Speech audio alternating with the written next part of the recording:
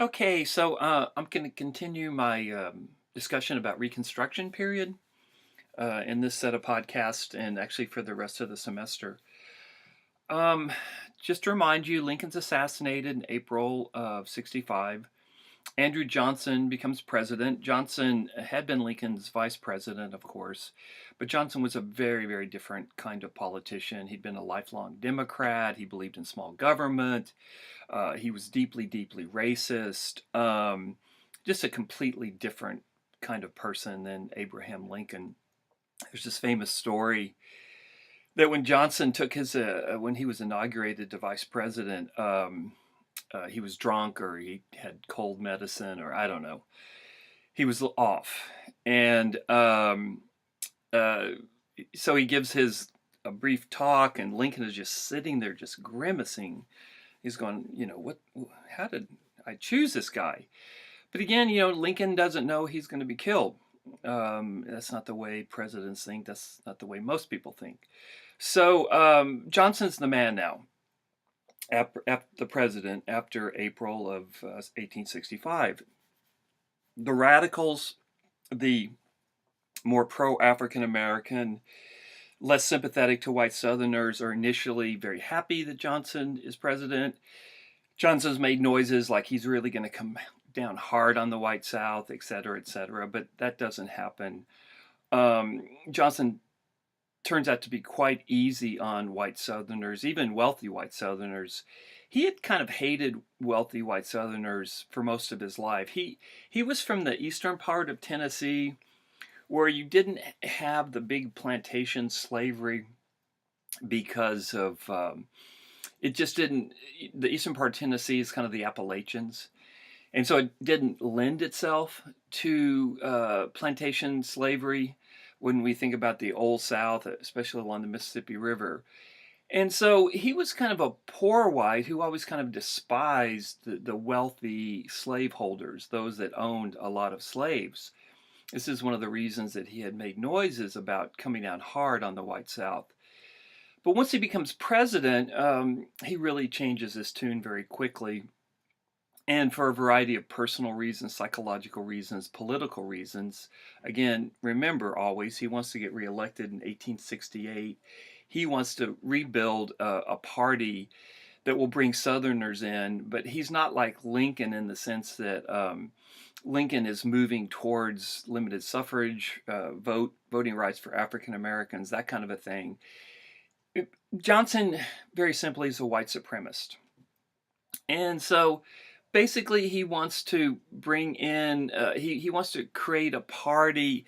It's not like he's a Democrat per se, but he wants to create maybe a coalition of Democrats and maybe more conservative Republicans into a national party. It never comes to fruition.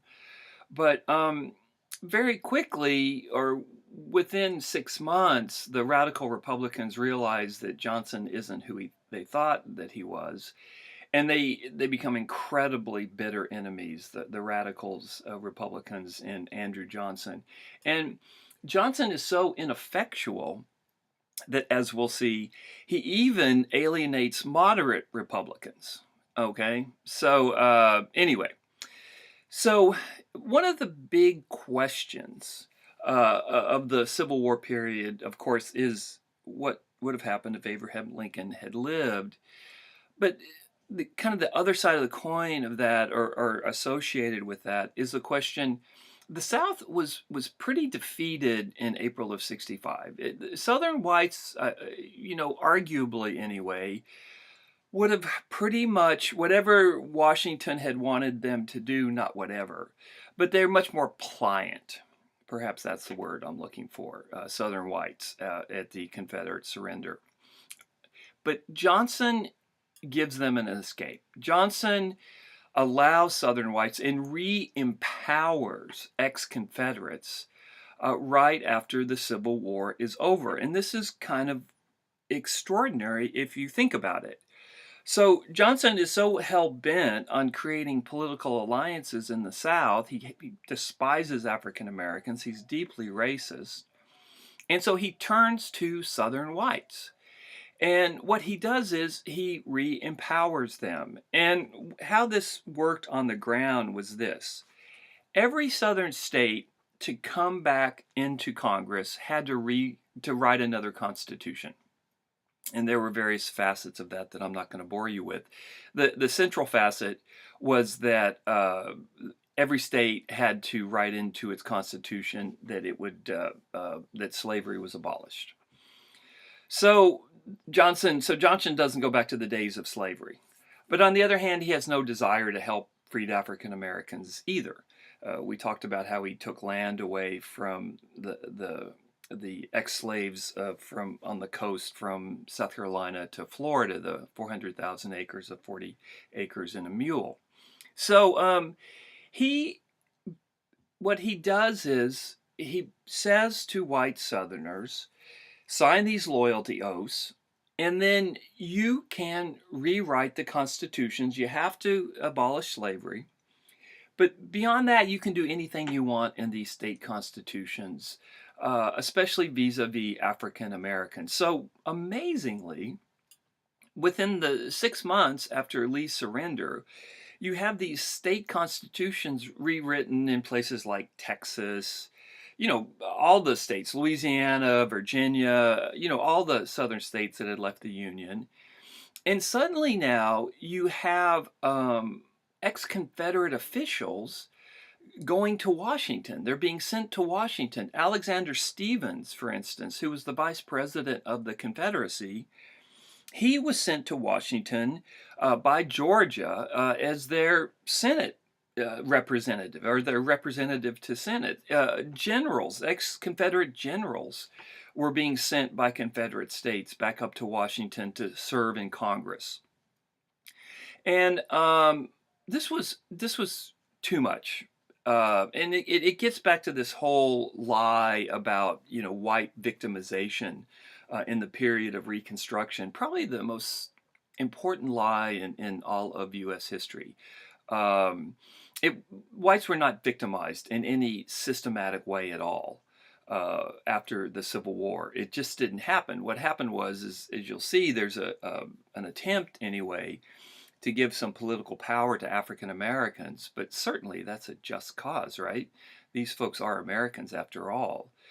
But let's go back to the fall of '65. These constitutions that are written in the South, although they do recognize the end of slavery, they don't give African Americans any political rights, any social rights, anything whatsoever. Far from it. And in addition, as I just said, you start having prominent ex-Confederates being sent to Washington to represent southern states in the Senate, to represent southern states in the House of Representatives.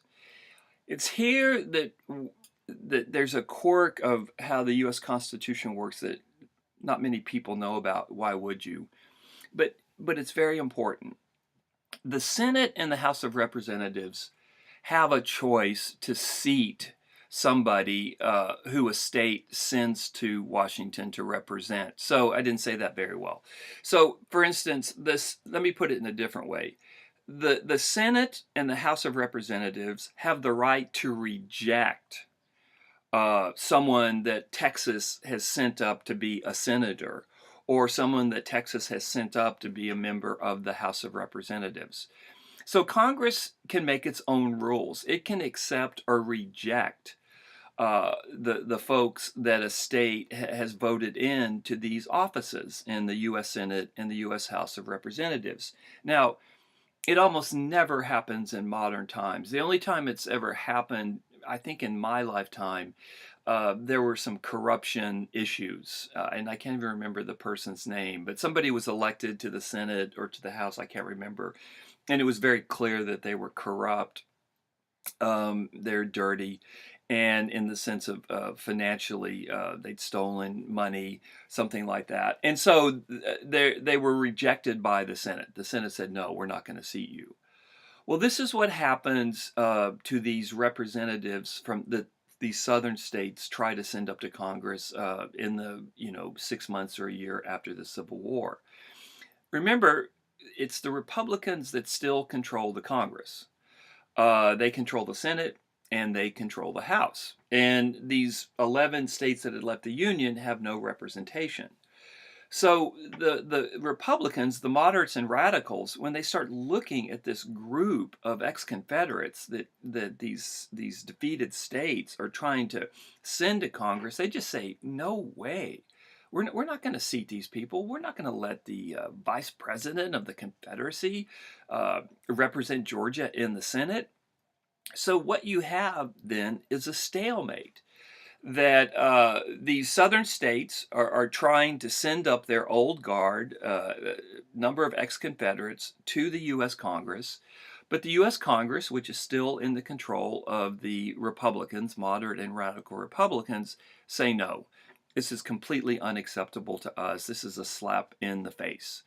And what you're starting to see is a growing backlash in the North against the white South. I think Northerners, after the Civil War, I think there was a certain sympathy towards the white South, kind of a solidarity, a racial solidarity. But what happens in today's parlance is the white South overreached. The white South showed no remorse whatsoever for leaving the Union, for causing this incredibly bloody war, for almost destroying the Union, almost tearing it apart. And what you start to have is white Northerners who were pretty much, if the South had just showed a little remorse, they were willing. Most white Northerners were willing to bring the South back into the Union without a lot of punishment or a lot of trouble. What starts to happen is in the year or so after the end of the Civil War, you start to have a building up of resentment in the white North against the behavior of white Southerners. And white Northerners start asking themselves, what was this war fought about? Why did we even fight this war if Georgia is going to put Alexander Stephens, the ex-Confederate vice president, if he's going to become a senator?